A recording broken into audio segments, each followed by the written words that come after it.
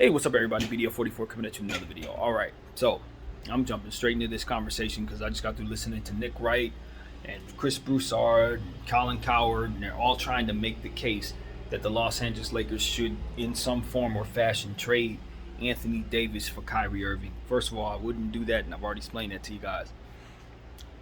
Chris Broussard, I think it was Nick Wright who suggested that the Lakers add both AD and Russell Westbrook in a trade for Kyrie Irving and Ben Simmons. I'm not doing that either if I'm the Lakers. If I'm the Nets, yes, I'm doing that. If I'm the Lakers, absolutely not. Here's why.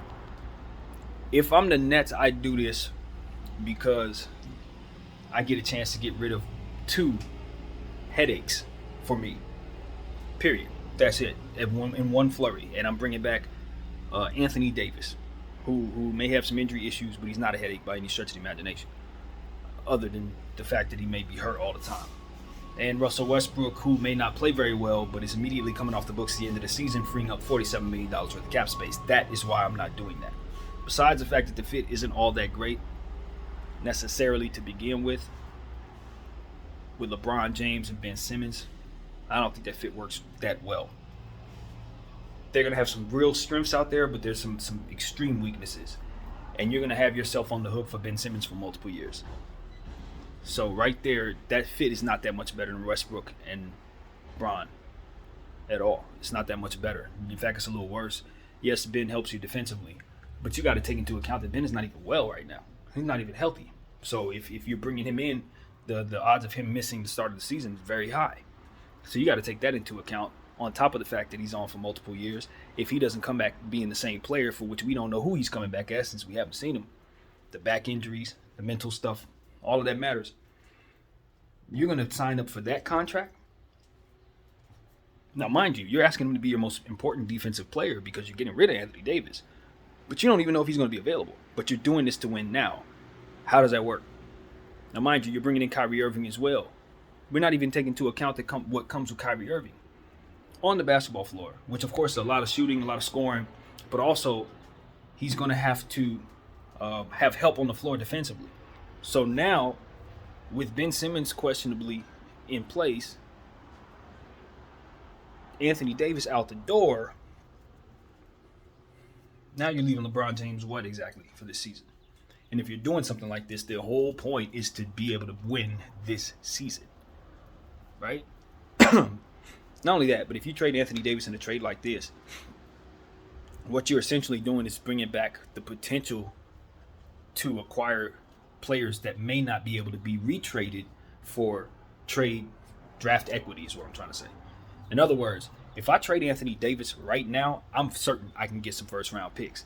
If I trade him in this trade that we're talking about getting me Anthony, if I get back Ben Simmons and Kyrie Irving, there's no guarantee I can trade Kyrie Irving for a first round pick. There's absolutely no guarantee I can trade Ben Simmons for first round pick. Period. I'm bringing back value that is much less than what I'm sending out. Russell Westbrook's contract is being misvalued by the media. It's not that they're not putting the right price tag on that thing. I've explained this to you guys 1.5 million times. It is the ability to free up $47 million in one flurry, which is a rarity because those contracts do not come around very often. When was the last time you seen one? When was the last time you seen a $47 million expiring contract? If the answer is, I don't know when, that means it is rare. And what does rare create? It creates value. It creates the demand. And therefore, it is a fallacy, an entire fallacy, that contract holds no value. Period. And they're hoping, the entire field hopes, that the Lakers themselves buy that narrative. Because that's who needs to buy that narrative in order for us to let go of that contract at a lesser price. Unfortunately, with people like myself running around, I'm never going to let that be the case. I'm never going to let y'all think that Russell Westbrook contract is just a bad playing player attached to a very expensive contract. That is not what that is. That is not what that is at all. So, with that being said, it should be valued as such. I don't think the Lakers should just be looking to get rid of it and tossing it into a deal that's going to bring you back a contract that is harder to move and just as bad of a fit. That's what Ben's going to be.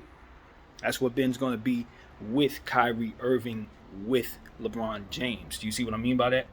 Now, if you move one of those two, just for building purposes, then you can bring what you need to make that make more sense. That's, you know what I mean? When you have a weird fit, that's what needs to happen. If I'm going to bring together Ben Simmons and LeBron James, what I'm going to need is elite shooting and wing defense in every other position. So that those two, in theory, non-shooting players, of course, hyper facilitating players can have nothing but shooters to make up for the space that they don't create, which in theory doesn't work at all. To be honest with you, I don't think it really works. So, hey, the fast breaks would be tough. And when I say tough, I mean excellent. LeBron James and Ben Simmons in the fast break could be amazing. But again, what's up with Ben Simmons' availability? Will he be back for the All-Star break? Is he going to miss this season? There's no way in hell I'm signing up for year one of that contract, or whatever year it is, whatever year this is, that contract. I'm not going to be paying that for him this season if I'm the Lakers. So that's just what it is. It's not that I don't believe in Ben Simmons, the player. I just need to see him in NBA action at the level that I remember him being at for me to be willing to pay him at that price. So that's a no-go. I would never do that. And two, again, you're giving up Anthony Davis. I know Anthony Davis, his value is lower than it normally is. But I think that's overstated. I think that's exaggerated. And at this point, it's exaggerated to a level that's getting ridiculous. It's getting to a dangerous level where they're talking about, well, all you got to do is throw in Ben Simmons and Kyrie Irving, and you can get Anthony Davis and Russell Westbrook's expiring contract. Like, no, you can't. No, you can't. That's not the price of Anthony Davis. If you think that's the price of Anthony Davis, you got Anthony Davis, even injury-prone Anthony Davis, all the way messed up. Because what you're not taking into account is that unlike those two players you're bringing back and that player that's attached to that $47 million contract, he plays both sides at an elite level when he's right. Ben don't play both sides at an elite level when he's right, even though he has elite talent on both levels, on both sides rather, because he can pass and he can defend like crazy.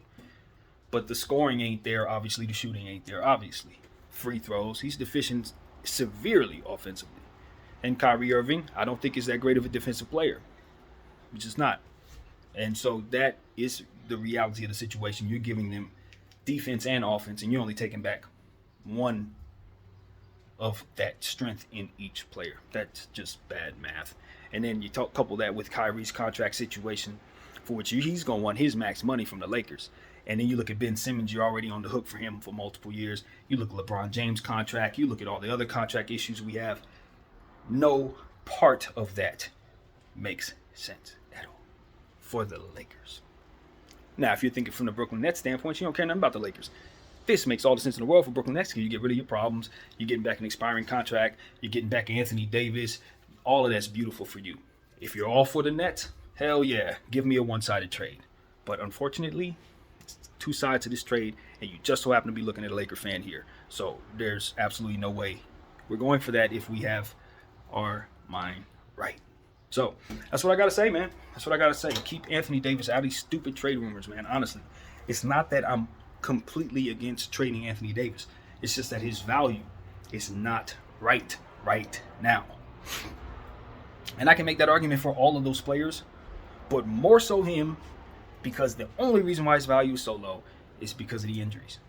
That's it. And because we saw him shoot so poorly last year, he's going to have to prove he's not a sluggard version of himself.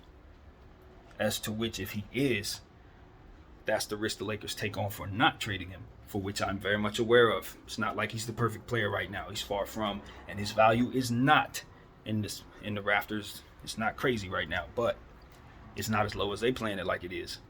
It ain't that. I'll tell you this. It certainly ain't that.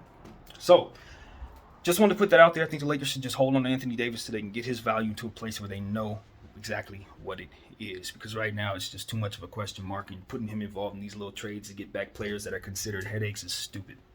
Because even if they're not headaches for us, they're considered headaches, which means the price tag is headache, so don't overpay for it. That's the key. Anyway, that's what I got to say, man. That's what I got to say. We're going to learn about negotiations. We're going to get our minds in the understanding of what negotiations are. We're not going to be getting offended about saying, oh, some guy shouldn't get this amount of money, because all we're saying is that person shouldn't represent that amount of their cap. It's not that we don't want to see you rich. It's not that we don't want to see you win or play a lot or whatever. It's just, hey, it's limited spots in the NBA. It's only 30 teams, 16 spots. You got to have the, everything makes sense cap-wise. So, hey, man, got to talk a certain way for it to make sense. But it is what it is, man. We don't forget these are human beings. So that's what I want to acknowledge. My name is BDL44. Thank y'all for watching. I'm out.